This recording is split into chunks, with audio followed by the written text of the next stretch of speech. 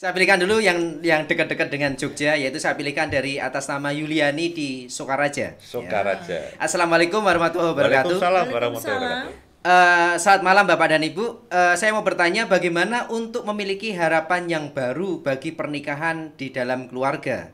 Setelah 12 tahun menikah, namun banyak konflik seolah-olah tidak pernah selesai dan itu melelahkan bagi saya dan suami. Mohon pencerahan dari Bapak dan Ibu malam hari ini. Wassalamualaikum warahmatullahi wabarakatuh. Ya, banyaknya konflik membuat lalu orang jadi putus harapan.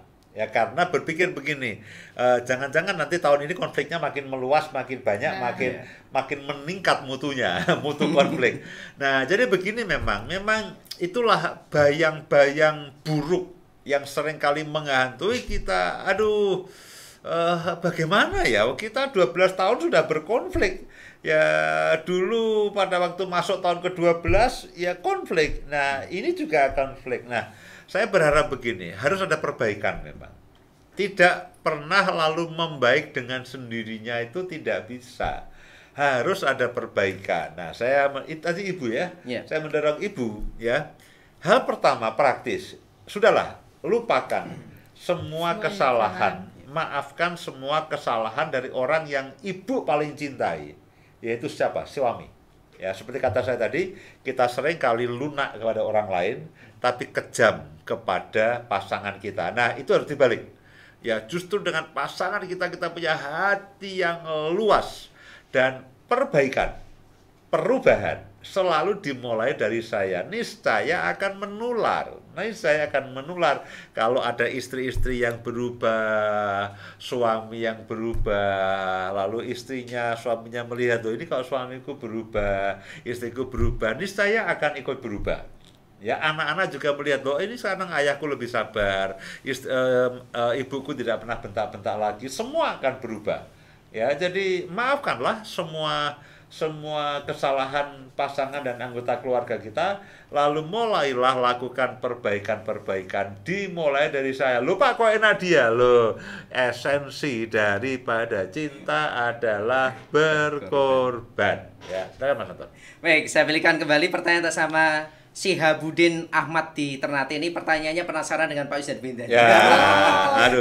Assalamualaikum warahmatullahi wabarakatuh. Waalaikumsalam. Bapak dan Ibu, berapa banyak porsi Bapak sering mengajak istri atau Ibu pergi keluar? Ya, karena ada permintaan dari istri yang belum bisa saya penuhi untuk ada waktu pergi keluar berdua karena jam kerja saya setiap harinya berbeda-beda, bisa masuk pagi pulang sore, bisa masuk malam pulang pagi, tidak menentu. Terima kasih. Wassalamualaikum warahmatullahi wabarakatuh. Ya. Jadi begini, kami termasuk pasangan suami istri yang jarang keluar. Ya, jarang keluar. Kalau di rumah. Lebih banyak di rumah sebetulnya. Dan begini, sebetulnya ya tidak salah ya, kita healing, kita family time itu tidak salah. Tapi saya memang mencoba beginilah, kita buat rumah itu senyaman mungkin, sehingga kita kerasan di rumah. Ya, jadi mungkin bukan masalah perginya bagaimana, tapi begini sebetulnya lebih banyak bagaimana kita menciptakan suasana di rumah itu menyenangkan, tidak ada teriakan, tidak ada itu semua berlangsung menyenangkan, sehingga kita kerasan di rumah. Ya, istilah kerasan di rumah itu sudah jarang terdengar. Lebih sering terdengar kita family time. Nah, family time selalu harus keluar. Ya, kita entah ke kafe, ke tempat wisata dan sebagainya. Nah, family time tidak harus, ya baiklah kalau itu ya oke. Ya, tapi sebetulnya tidak harus family time itu setiap kali kita keluar, kita bisa di rumah, ya istri buat teh, saya buat kopi, pagi-pagi ngobrol dengan pisang goreng, lalu kita ngobrol tanpa hambatan, tidak ada salah paham. Nah, itu bagi kami menyenangkan, setengah jam pagi hari menyenangkan sekali. Ya, sementara burung berkicau, matahari bersinar. Nah, ya itu kan sebetulnya hal-hal sederhana yang kita bisa create, kita bisa ciptakan dan menyenangkan. Ya, tidak selalu harus kita keluar ya. Saya memang mencoba supaya rumah itu home sweet home, menyenangkan. Demikian, Pak. Baik, saya bacakan kembali pertanyaan atas nama I Gede Permana, dia ada di Bali. Ya. Namo Buddhaya, selamat malam Harmoni Keluarga. Selamat malam. Saya mau bertanya kenapa istri saya semakin lama semakin galak Weh. dan sadis saat marah. Oh. Saya bisa didiamkan berhari-hari, tidak Yeah. ada makanan, minuman, masing-masing tidur dalam satu kamar, hanya saya tidur di bawah, tidak boleh di atas. Jika sudah begini saya yang repot karena saya sering tidak tahu apa yang membuat istri saya marah. Nah, bisakah Bapak dan Ibu malam hari ini membantu saya berikan cara atau tips cara menghadapi istri yang galak seperti itu? Terima kasih. Pak. Ya, istri, kenapa istri semakin lama semakin galak?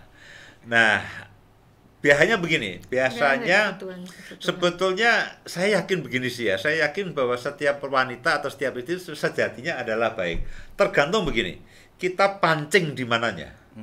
Kalau kita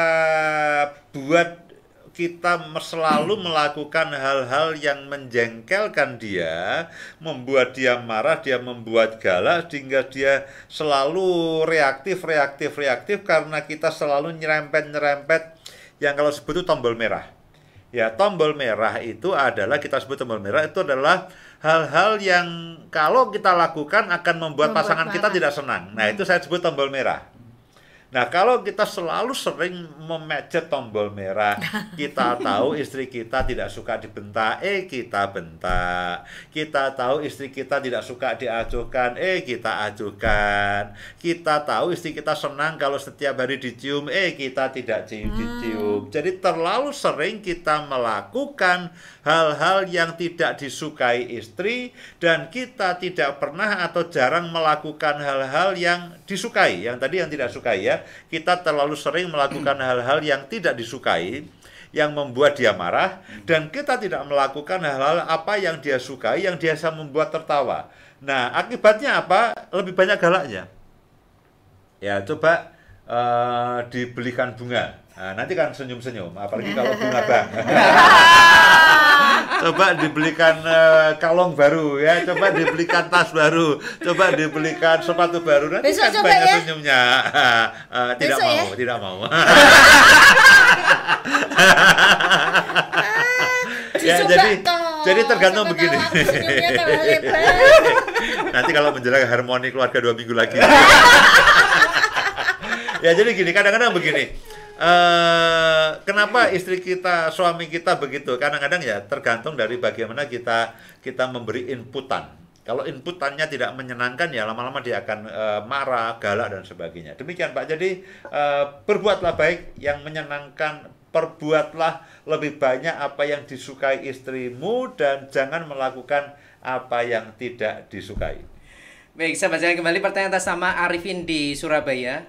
Selamat malam Harmoni Keluarga. Selamat malam. Saya sudah menikah 6 tahun dan ada hal-hal yang jarang atau tidak pernah saya bicarakan dengan istri. Iya. Karena saya takut istri tersinggung dan merasa saya sudah tidak mencintainya. Yeah. Misal saya tidak pernah membahas tentang badan istri yang sudah mulai gemuk. Yeah. Soal seks, soal penampilan dan lain sebagainya. Saya palingan hanya singgung sedikit soal itu, tapi respon istri merasa tidak suka dan selalu ada jawaban dari istri. Nah, mohon masukan dari Bapak dan Ibu, langkah apa yang saya bisa lakukan untuk hal ini supaya kami sama-sama berkomunikasi terbuka dan tidak ada hal yang saling menyakiti. Terima kasih. Ya, jadi begini. Kalau kita memang kadang-kadang ada hal-hal sensitif yang tidak bisa dikomunikasikan, yang mungkin belum waktunya dikomunikasikan. Nah, kita ini harus belajar begini, kita ini harus punya ruang penerimaan yang luas. Ya, terhadap istri atau terhadap suami kita. Oke, istri kita tidak selangsing pada waktu perawan. Ya, mungkin dia sudah banyak kerutnya dan sebagainya. Nah, kita ini harus begini nih. Kita jangan menjadi egois, kita harus menerima situasi yang ada. Ya sudahlah, ya luaskan hati kita, dan terimalah apa adanya. Di sisi yang lain, tentu bagi suami dan bagi istri, jagalah dirimu, jagalah penampilanmu, jagalah supaya badanmu tetap wangi, ya. Sering-sering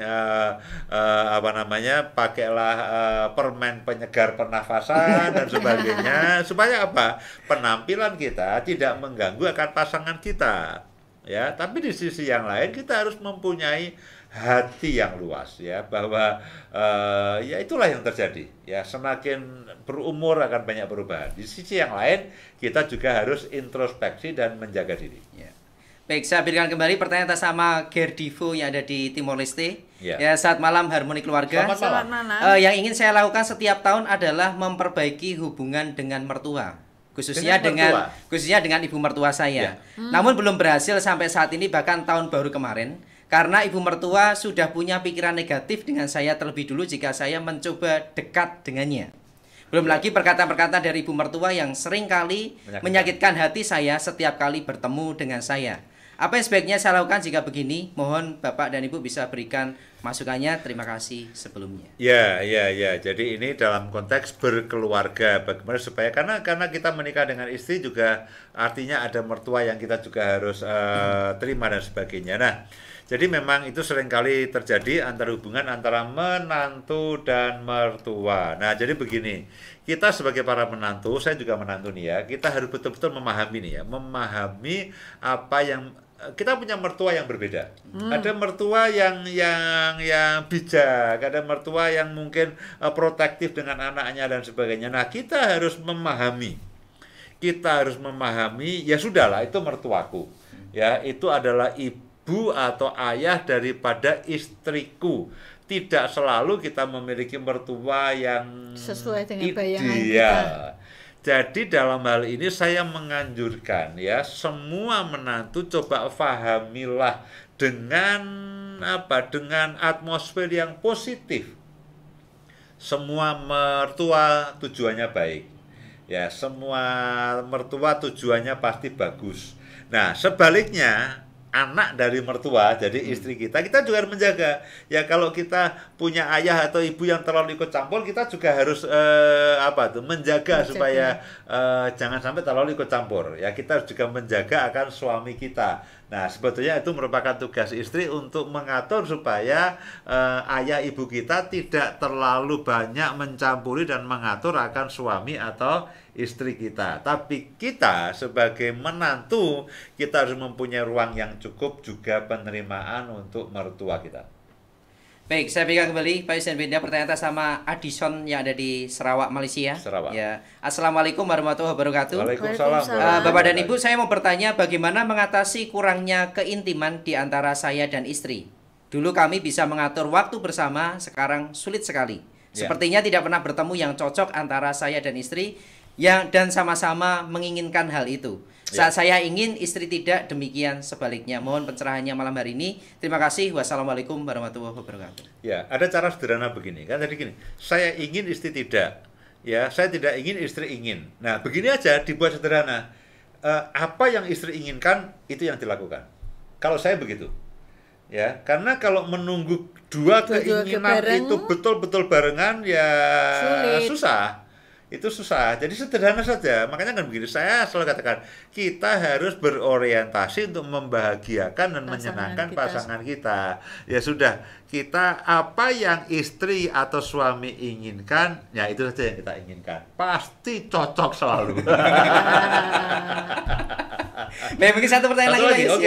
Baik, saya pilihkan satu pertanyaan lagi atas nama Alzam Amani di Makassar. Ya. Assalamualaikum warahmatullahi wabarakatuh. Waalaikumsalam. Bapak dan Ibu, 18 tahun saya menikah dan tanpa ketidakhadiran anak itu yang menjadi penyebab masalah kami selama ini. Ya. Saya dan istri sudah berusaha menutup telinga kami dari banyaknya tuduhan atau cibiran dari banyak orang.